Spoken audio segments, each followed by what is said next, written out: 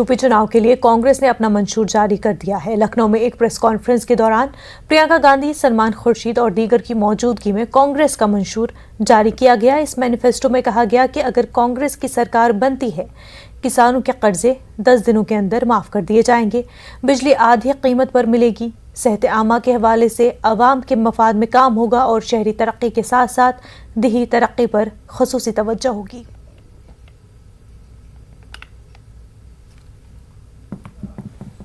विधान है जो हमारा शक्ति विधान है और जो भर्ती विधान है, ये जितने भी घोषणा पत्र हमने जारी किए हैं और इनमें जितने भी सुझाव हैं वो हमें यूपी की पब्लिक से मिले हैं। दूसरी पार्टियों की तरह हमने अन्य पार्टी के सुझाव लेकर अपने घोषणा पत्र में नहीं डाले। हमने जो भी इसमें डाला है वो पब्लिक की ही आवाज़ है। जो सबसे बड़ा मुद्दा है, रोजगार का मुद्दा, उसके बाद महंगाई का मुद्दा, इन दोनों को निपटाने के लिए इनको कैसे हम इन समस्याओं को किस तरह से हम सुलझाएं, उसके लिए हमने बहुत चर्चा की और हमने काफ़ी इस विधान में भी और जो भर्ती विधान है, शक्ति विधान है, उसमें भी हमने इसके बारे में अपनी घोषणाएं की हैं। किसानों का पूरा कर्जा माफ़ किया जाएगा। हम ये कह रहे हैं कि हमारी सरकार जब बनेगी तो 10 दिन के अंदर अंदर किसानों का कर्ज माफ किया जाएगा। छत्तीसगढ़ में जब कांग्रेस की सरकार आई तो आप सबने देखा होगा कि शपथ लेते ही 3 घंटों के अंदर अंदर किसानों के कर्ज माफ किए गए। उसी तरह से हम यहां भी उत्तर प्रदेश में ये करना चाहते हैं। 2500 में गेहूं, धान और 400 में गन्ना खरीदा जाएगा। बिजली बिल सबका हाफ किया जाएगा। कोरोना काल में जिस का बकाया है वो साफ किया जाएगा, खत्म किया जाएगा। जिस को कोरोना से सबसे ज़्यादा आर्थिक मार पड़ी उन परिवारों को 25,000 रुपये दिए जाएंगे ताकि वो एक बार फिर अपने पैरों पे खड़े हो सके। हमने पहले भी ये बहुत बार घोषणा की है, फिर से दोहरा रहे हैं कि 20 लाख सरकारी रोजगार दिलवाएंगे। इसका पूरा खाका तैयार करके हमने भर्ती विधान में आपको कुछ दिनों पहले बताया था। उसमें से 12 लाख सरकारी पद खाली पड़े हैं जिन्हें भाजपा की सरकार ने 5 सालों से नहीं भरा।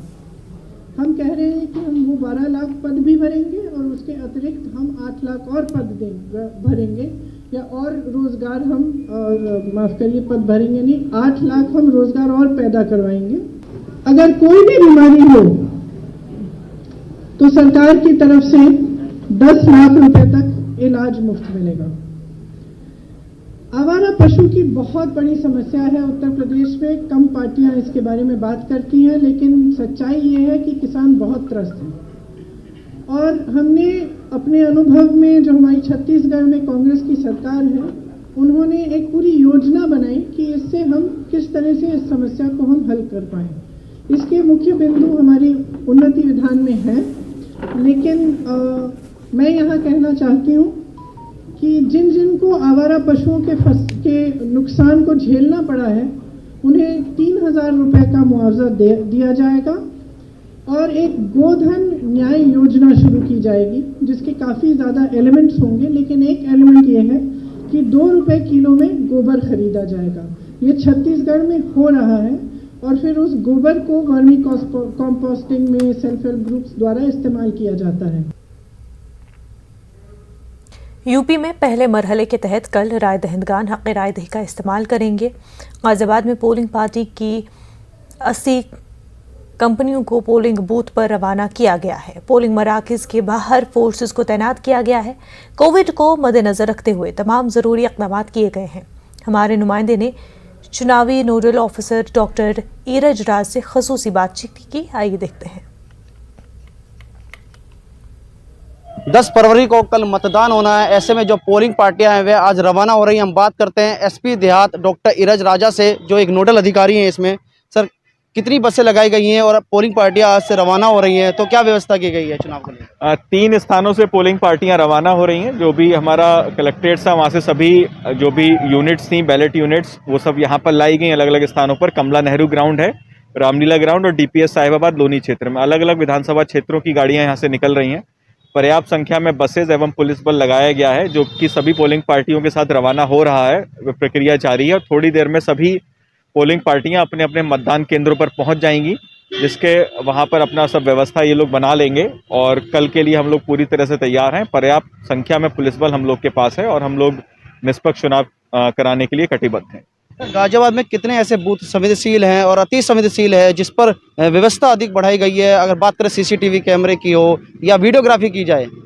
प्रशासन की तरफ से जितने भी मतदान केंद्र हैं 795 मतदान केंद्र हैं, उनमें से आधे से अधिक पर वेबकास्टिंग की सुविधा उपलब्ध है।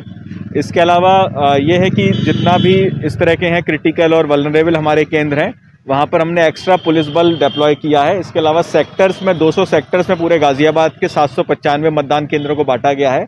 तो एवरेज लगभग 4 या 5 मतदान केंद्र एक सेक्टर में आएंगे। उसके ऊपर जोन भी हैं, तो उसी के अनुसार सेक्टर में मूवमेंट होगा। और जो इस तरह के मतदान केंद्र हैं जहाँ जो कि वल्नरेबल और क्रिटिकल की श्रेणी में आते हैं, इस तरह के क्षेत्र हैं, वहाँ पर इन गाड़ियों का मूवमेंट ज़्यादा रहेगा, सेक्टर पुलिस ऑफिसर और सेक्टर मजिस्ट्रेट्स का। ऐसे क्षेत्र में सभी अधिकारी गणों का भी मूवमेंट ज़्यादा रहेगा और एक्स्ट्रा फोर्स जो हमने ऐसे केंद्रों पर लगाई है, ऐसे क्षेत्रों में जो लगाई है, उनका भी यही उद्देश्य होगा कि भय मुक्त होकर सभी लोग अपना वोटिंग कर पाएँ। तो पर्याप्त संख्या में हम लोगों ने उनको दिया है ताकि कोई भी बीमार ना पड़े और उस स्थिति से निपटने के लिए हम लोग पूर्ण रूप से तैयार हैं। हम लोगों ने हॉस्पिटल्स वगैरह में बात कर रखी है, सब चीज़ों के लिए हम लोग तैयार हैं। अगर कोई भी बीमार होता है या कुछ होता है उसको भी हम उचित इलाज उपलब्ध कराएंगे। रोहित सिंह, न्यूज़ 18 गाजियाबाद। उत्तर प्रदेश के जिला संभल में ऑल इंडिया मजलिस इत्तेहादुल मुस्लिमीन के चीफ असदुद्दीन ओवैसी ने सीएम योगी को तनकीद का निशाना बनाया। उन्होंने कहा कि योगी दावा करते हैं कि रियासत में जराइम का खात्मा हो गया है और जराइम पेशा अफराद रियासत से भाग गए हैं। असद ने सवाल किया, मुझ पर गोलियां बरसाने वाले कौन थे? कहा था मैंने पूरा क्राइम खत्म कर दिया, जराइम खत्म कर दिया, कोई नहीं होता है, सब डरते हैं, सब क्रिमिनल माफिया भाग गए। बाबा, हम पर गोली चलाने वाले कौन थे? आपको नहीं मालूम बाबा कौन थे? आपने कहा कि अमित शाह ने कहा, प्रधानमंत्री ने कहा कि अब माफिया जेल में जाता है। हम पूछना चाहते हैं ये कौन थे? ये किसकी नाजायज औलाद ने हम पर गोली चलाई? ये 1 मम्मी 2 डैडी की औलाद है, ये गोडसे की औलाद है, ये वही मानसिकता के लोग हैं जिन्होंने गांधी की हत्या की थी। यूपी में इंतखाबी सरगर्मियों की गहमा गहमी है। कानपुर के आर्या नगर असेंबली हल्के से कांग्रेस पार्टी ने प्रमोद जायसवाल को मैदान में उतारा है। प्रमोद जायसवाल ने आर्या नगर हल्के में वोटरों से मुलाकात करते हुए उन्हें कामयाब बनाने की अपील की। हमारे नुमाइंदे संदीप सविता ने प्रमोद जायसवाल से बातचीत की, आइए देखते हैं।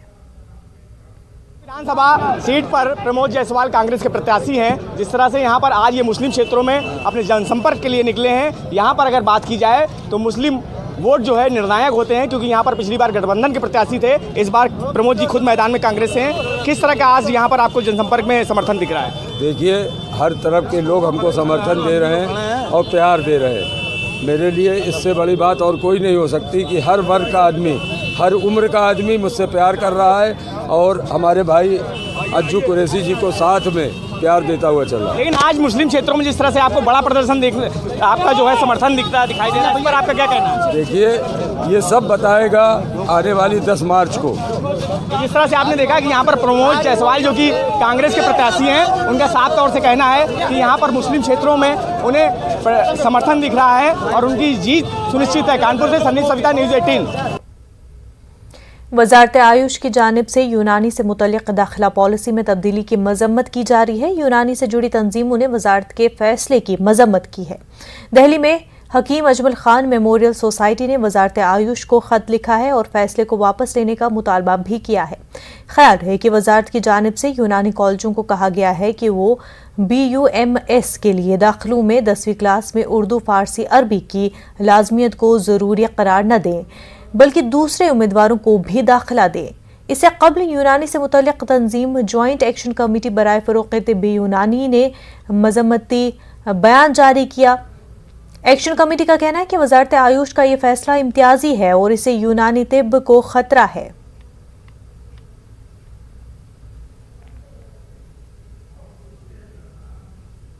मध्य प्रदेश हिजाब पर पाबंदी को लेकर कल से जहां सियासी घमासान जारी है, वहीं मध्य प्रदेश के वज़ीर दाखिला डॉक्टर निरोत्तम मिश्रा ने मध्य प्रदेश में हिजाब को लेकर बड़ा बयान दिया है।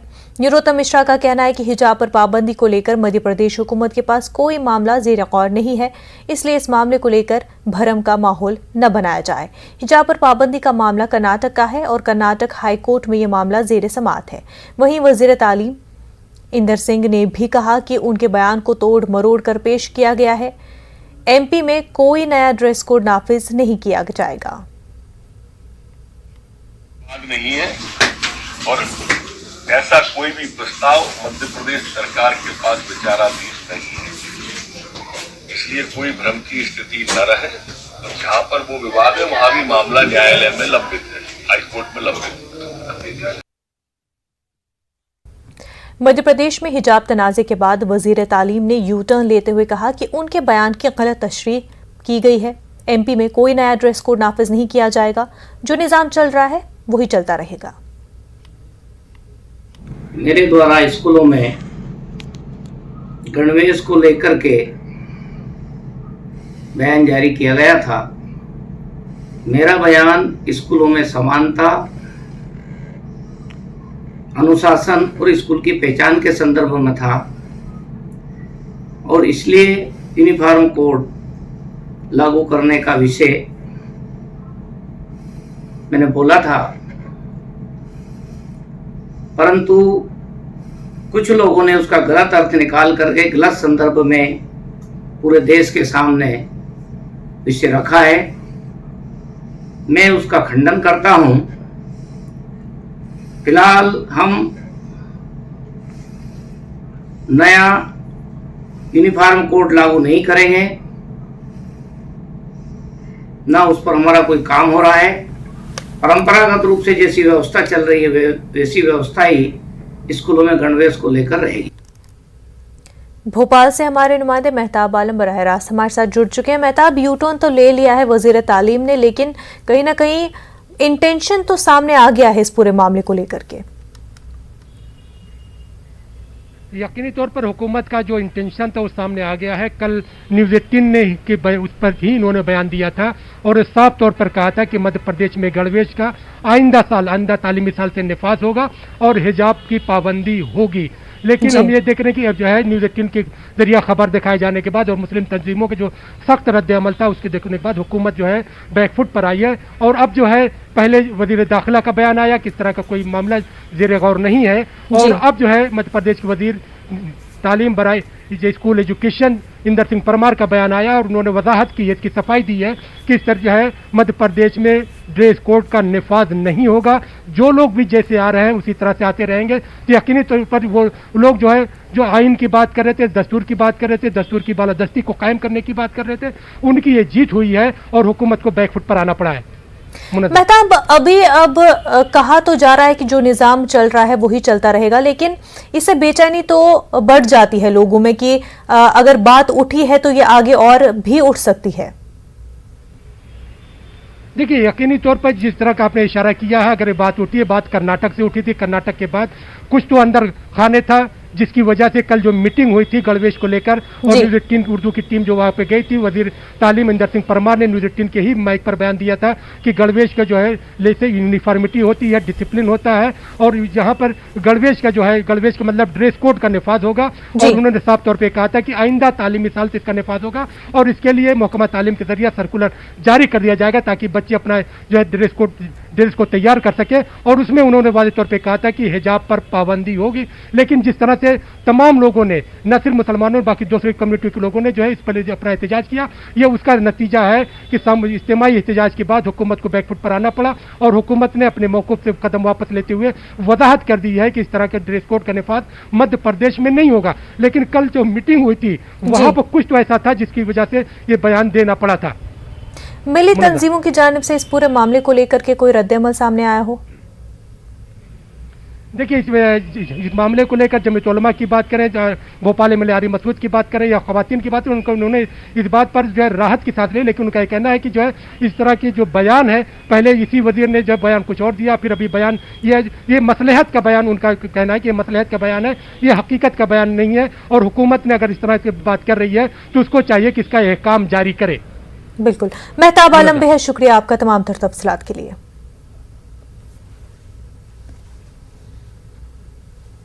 कर्नाटक में हिजाब पर पाबंदी और तनाज़ा हर गुजरते दिन के साथ शिद्दत इख्तियार करता जा रहा है। फिलहाल ये मामला हाई कोर्ट में ज़ेर समाअत है। हुकूमत की जानिब से तालीमी इदारों को 3 दिन तक बंद रखने का फैसला किया गया है। एहतजाज दर एहतजाज जारी है। मुस्लिम तालिबात हिजाब पर मुसिर हैं और इसे अपना आईनी हक बता रही हैं। तालिबात का कहना है कि हिजाब से उनको तहफ़्फ़ुज़ का एहसास होता है, जबकि दूसरी जानिब भगवा शॉल में एहतजाजी इस हिजाब को उतार फेंकना चाहते हैं। इसी ज़मन में गुज़िश्ता रोज़ कई इलाकों में हंगामे भी देखने को मिले। पुलिस ने लाठीचार्ज किया। रियासती हुकूमत और हाई कोर्ट ने अमन बरकरार रखने की अपील की है।